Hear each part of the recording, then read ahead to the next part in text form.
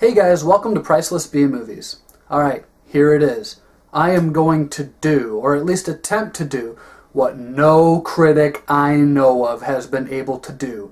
I am going to attempt to do a review of this film that was made to fuck with critics. That is the sole purpose of its existence. The director went, I'm going to make a movie that no critic can figure out.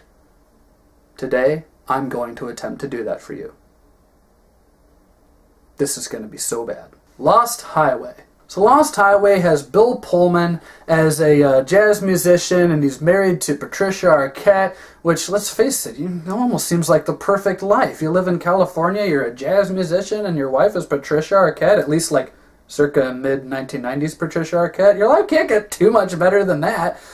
Except that there's someone who is sending them tapes, sending them VHS tapes of them sleeping, doing stuff in the house. Someone is seemingly breaking into their house and videotaping them while they sleep.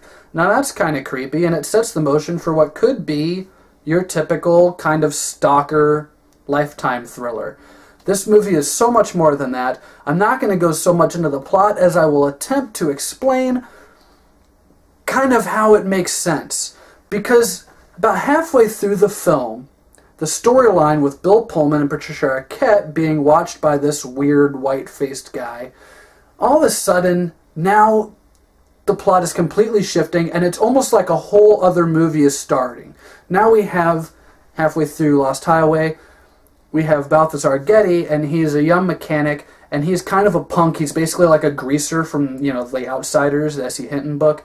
And he, has a girlfriend, and he's kind of caught up doing odd jobs. One of the customers at the auto repair place he works at is a crime boss played by Robert Loggia.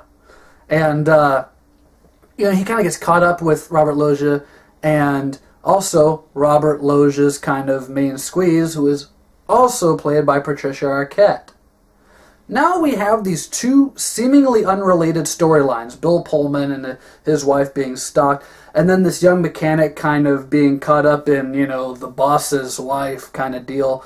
And you have the two, and the only seeming link between these two stories is that Patricia Arquette plays someone in each story.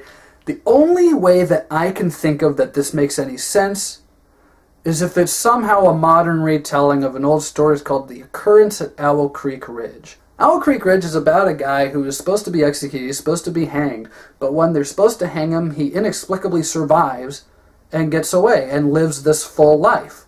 And then at the very end of the story, you find out that none of that happened. It was all a hallucination in his mind of how he wished things had been different, and then he's hung. That's the only way I can think of to describe Lost Highway. It is a modern retelling of The Occurrence at Owl Creek Ridge. If you have not seen Lost Highway, it's kind of hard for me to explain to you how it works like that. If you have seen it, I hope that you just went, why didn't I think of that? But is Lost Highway a good movie or not? Here's where a lot of critics had issues. Do I think Lost Highway is a good movie? Yeah. I think it's a really good movie. I think the acting in this is phenomenal. I think the visual style, the whole movie plays like a weird-ass psychedelic music video. I love the look and feel of this film. But you know what?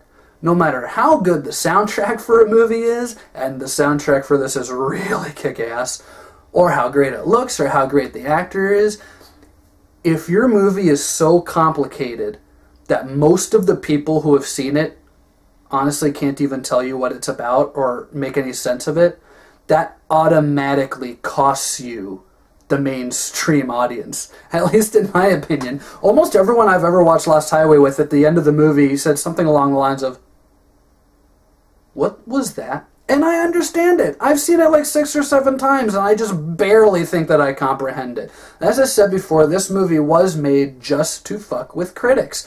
David Lynch directed this film coming off of Twin Peaks, and he was so mad at critics and how they responded to his earlier work, and he said, fine, I'm going to make a movie so messed up that you're not even going to know what to say about it. And for the most part, he succeeds.